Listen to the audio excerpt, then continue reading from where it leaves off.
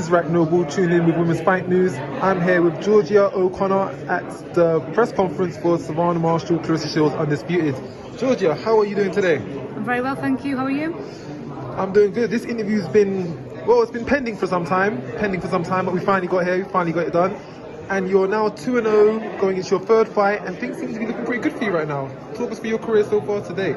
Yeah, so I've had 2 fights. Haven't been as active as I'd like to be due to like illnesses, things like that. But yeah, I couldn't ask for any more, to be honest. My first fight, boxed a tough girl, came over from Czech Republic. My last fight, I boxed a tough Argentinian who, in a fight before me, she drew on it was a majority decision. Sorry, she lost a majority decision to the former world champion Victoria Bustos. So 2 tough fights for my first 2, and I've got a tough opponent coming up on Saturday in Joyce Vanty, Belgian champion, undefeated. But I'm really looking forward to it. I think I thrive under pressure. So of course, before coming into the professional ranks, you had decent amateur run. You won a Youth Commonwealth Championship, Youth Games Championship. I know you fought in the Bahamas at some point, won a medal there. So you seem to know what you're doing in the ring. Yeah, I mean, I've been in combat sports all my life. Started boxing technically like when I was 3. My dad used to do pads with me when I was 3, toddling around. I had 4 national titles in Taekwondo, then moved on to boxing properly and started focusing on that solely when I was, I think, 10, 11. Olympics came around. I remember shadow boxing in the living room and just knowing that that was all I wanted to do. So yeah. So of course, not about going into too much detail, you had a bit of an accident. You had some time away from boxing, some time away from your everyday today. You seem to have now recovered, which is great to see. Would you mind just talking us through a bit what you've been through to be here today? Because I think your journey is probably quite unique compared to a lot of other people's. Yeah, I mean, I talk openly about it. I like to raise awareness as well. Last year, just before my 21st birthday, I suffered pulmonary embolisms in each of my lungs. Statistically, I shouldn't be here now talking to you. The doctor told me that if I left it any longer, go to hospital, if I put it off any more, I would have been dead. So yeah, it was obviously an awful time. I kept like feeling sorry for myself, thinking, why me? I'm an athlete, I don't smoke, I don't drink, I've never touched drugs, never will. Kind of felt like I was being punished for something that I didn't do.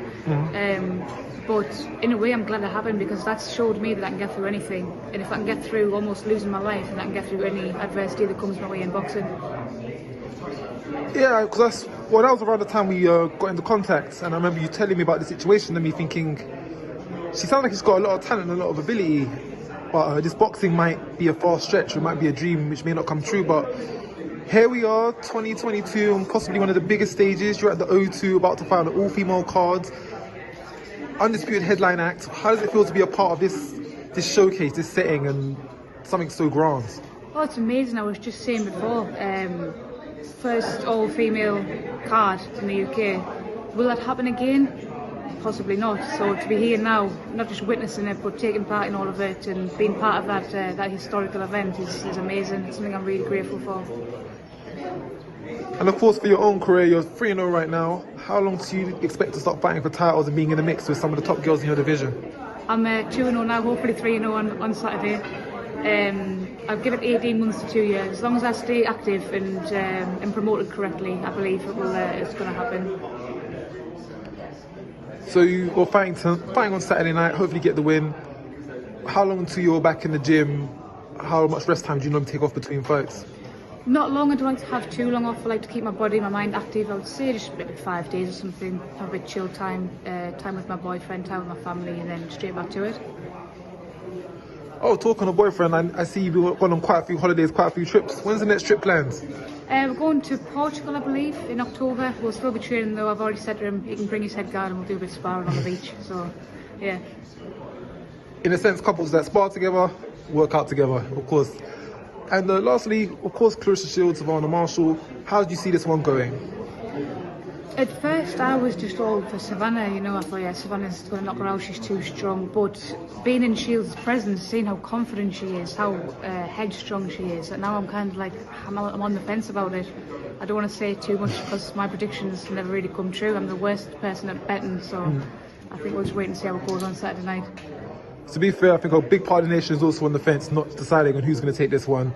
I think it's either going to be a Shields unanimous decision or a Savannah Marshall knockout, but we'll see on Saturday night. Anyway, Georgia, thank you for your time. All the best of your career, and Women's Fight News will keep up to date with you along the way of the journey. Thank you very much. Thank you very much. Nice talking to you. Thanks. Thank you for watching, and if you enjoyed the video, please hit like.